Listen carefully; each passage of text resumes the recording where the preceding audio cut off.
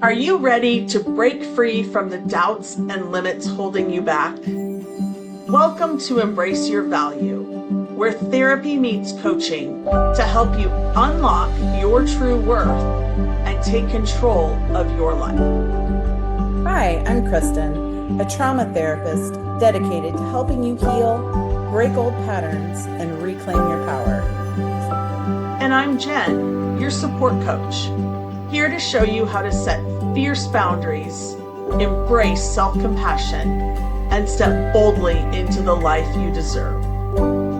So whether you're stuck in self-doubt or feeling lost, know this: your value isn't up for negotiation. It's time to own it. Every week, we tackle real issues that challenge, inspire, and empower you to live with purpose and confidence. So grab your favorite drink, take a deep breath, and let's get started. Because you're not here to play small. It's time to embrace your value. Hello, beautiful listeners. Welcome back to Embrace Your Value.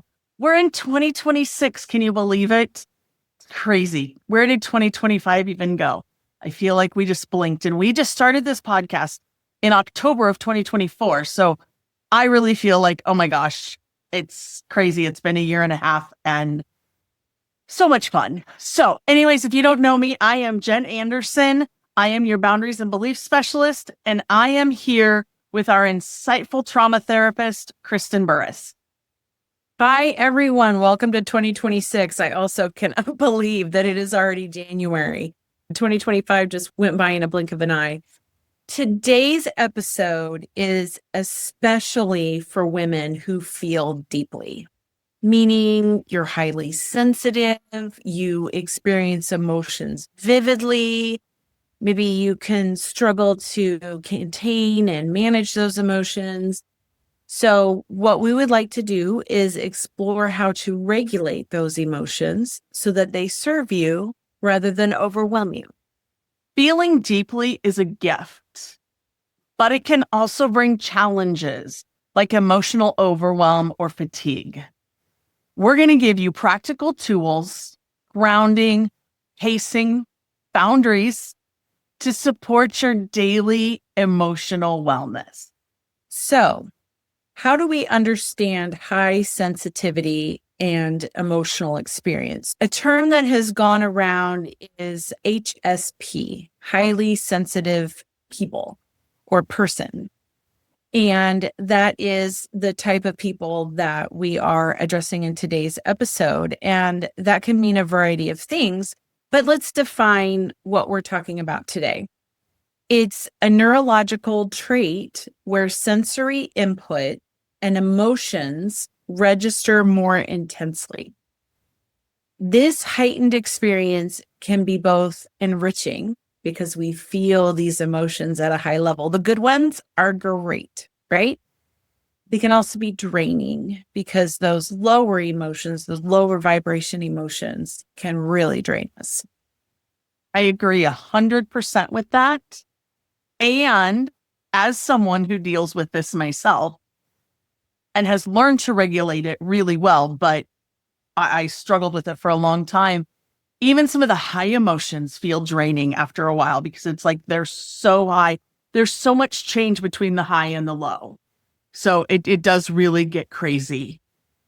One of the things I see in my clients is these women that love really deeply and they empathize completely with everything. But that intensity really gets them. It typically leads to burnout or overstimulation, which ends up making them really high anxiety, or sometimes they just sit and overthink everything. It's one of the things that I probably deal with the most is I'll have somebody come to me and they'll be like, I can't stop overthinking this. I don't know what I'm supposed to do.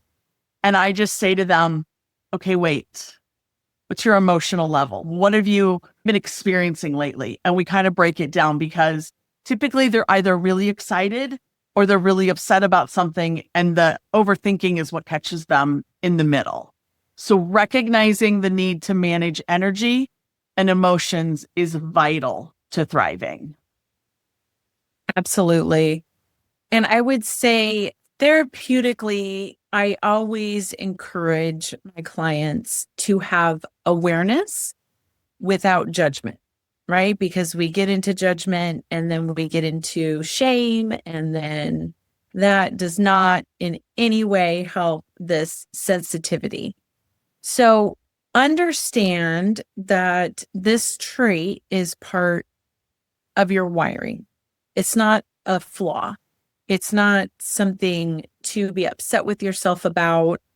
How it got wired in there, there's myriad of reasons why that could have gotten wired in there, but it is wired. It's routed in your brain. Emotions can flood in. We really can't stop those initial emotions from like flooding in, but there are ways to soothe and regulate once they do. So therapeutic emotional regulation tools. What are some of the things that I use in my practice? And I'm going to guess Jen does some of them as well. Some we've talked about, but we can always use a good refresher. Grounding. Grounding is a foundational tool.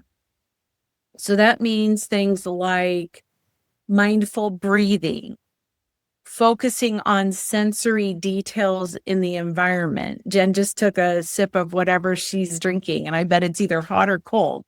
So there was a sensory experience with that. Using body awareness to anchor back into the present safely. There's a lot of ways to do anchoring, and we'll talk about those in a little bit.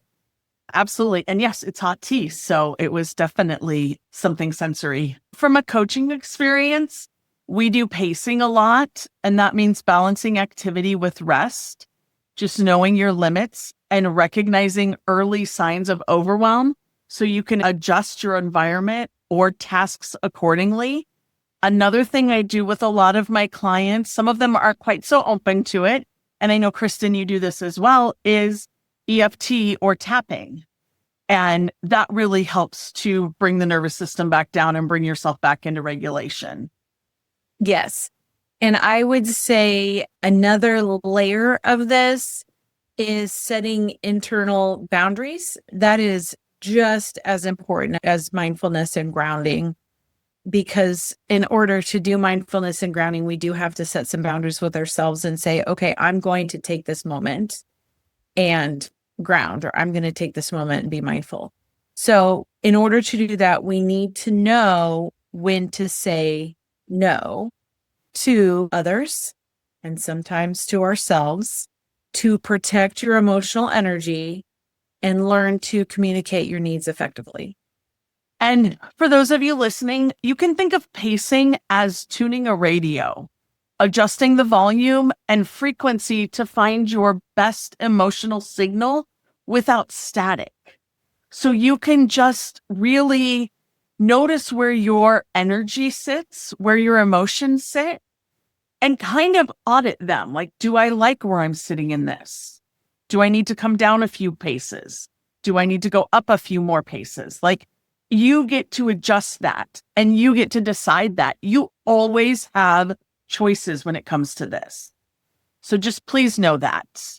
So let's talk about practical habit integration for emotional regulation. One of the things that I help clients with is to embed these tools into habits. For example, building a daily 5-minute grounding ritual after waking or before stressful events. So I have some clients who work on the phones. They take a lot of phone calls. And one of them in particular, I always remind her, she'll come to our coaching session and she'll be really stressed. And the first thing I'll say is, did you breathe between your calls? And she'll say, well, I'm still breathing. That's always her joke. And I'm like, no. But did you breathe? Just take 30 seconds and do some deep breaths in between calls, especially when they're hard and frustrating, because that will help to ground you back into, okay, I can do the next call. And when you do that consistently, it makes regulation easier over time. Absolutely. Consistency. I love consistency. I'm all about routine. So adding journaling prompts to track emotional highs and triggers also creates awareness, because we cannot repair, fix, or address anything that we are not aware of. So we need to create awareness for these things without judgment, remember, and that allows space for internal reflection. Technology can help too, using timers or apps to remind you to take breaks or to have mindfulness times to breathe. That just helps you. So if you set a reminder on your phone that once an hour, I'm just going to do 3 deep breaths, then you're just getting more consistency in there and more regulation going on. So use those to help you during your day as well.